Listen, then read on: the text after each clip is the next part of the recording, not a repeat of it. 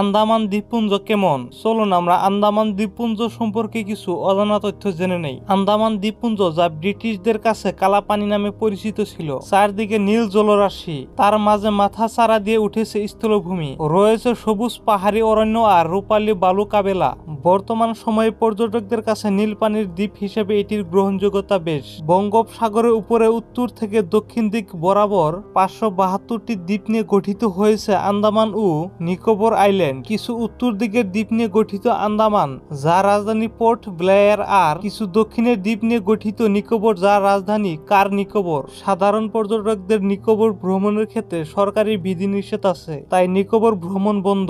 আন্দামান ও নিকোবর আইল্যান্ডের একমাত্র আন্তর্জাতিক বিমানবন্দর বীর সাভারকার বিমানবন্দর, যা পোর্ট ব্লেয়ারে অবস্থিত। ছোট্ট কিন্তু ছিমছাম নারকেল গাছের ছায়ে নির্জন দ্বীপপুঞ্জের কোথাও কোথাও দেখা যাবে হরিণের দল। হাত বাড়ালেই সমুদ্রের জলে মিলবে বিবিধ রঙের প্রবাল ও রঙিন মাছের দেখা। মনোরঞ্জনের জন্য সমুদ্র বুকে রয়েছে ওয়াটার স্পোর্টস এর ব্যবস্থা। সমুদ্র বুকে ভ্রমণের পাশাপাশি আন্দামানে দেখে নেওয়া যেতে পারে ভারতের একমাত্র জীবন্ত আগ্নেয়গিরি বিয়ারেন আইল্যান্ড। আদিম জনজাতি অধ্যুষিত এই দ্বীপে রয়েছে স্বাধীনতা আন্দোলনের স্মৃতি বিজড়িত সেলুলার জেল ও ভাইপার দ্বীপ। এই ভাইপার দ্বীপে রয়েছে 14 তলার লাইট হাউস। 145টি সিঁড়ি ভেঙে লাইট হাউসের উপরে উঠে উপভোগ করতে পারেন প্রকৃতির মনোরম দৃশ্য।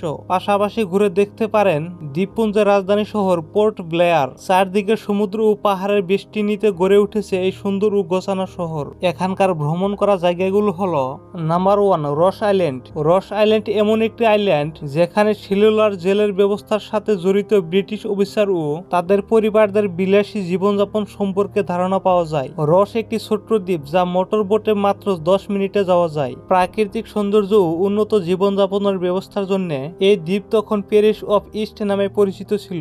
Number 2, Havelock Island. Port Blair থেকে উত্তর পূর্বে 41 কিলোমিটার দূরে হ্যাভলক আইল্যান্ড। হাভলক দ্বীপে হলো আন্দামান দ্বীপপুঞ্জের মধ্যে সবচেয়ে বড় দ্বীপ। এই আইল্যান্ডের বর্তমান জনসংখ্যা 6,500-এর মতো, যার অধিকাংশরাই বাঙালি। নাম্বার 3, নীল আইল্যান্ড। এই দ্বীপ বিখ্যাত তার জীবন্ত প্রবালের জন্য। এই ছোট দ্বীপটির জনসংখ্যা খুবই কম। এখানকার সৈকত ছড়ে অজস্র সাদা প্রবাল, ইতি ছড়ানো নানা রঙের ঝিনুক, ছোট শাক। Number 4, long island. ডলফিন দেখতে চাইলে যেতে পারেন লং আইল্যান্ডে। ভ্রমণ প্রেমিকদের জন্য অন্যতম ভ্রমণের স্থান লং আইল্যান্ড। সেখানে গিয়ে দেখতে পাবেন ডলফিনের রক্ষণাবেক্ষণ আর ভালুকাময় সৈকত তো রয়েছেই। নাম্বার 5, কোসল আইল্যান্ড। অতুলনীয় সুন্দর দ্বীপ কোসল সব সময়ই আপনাকে মুগ্ধ করে দিবে। শীত ও গ্রীষ্ম দুই ঋতুতে এখানে যেতে পারেন। সামুদ্রিক মাছ ও প্রবাল দ্বীপের কোসলে সাঁতার কাটার জন্য এবং সমুদ্র স্নান করার জন্য উৎকৃষ্ট।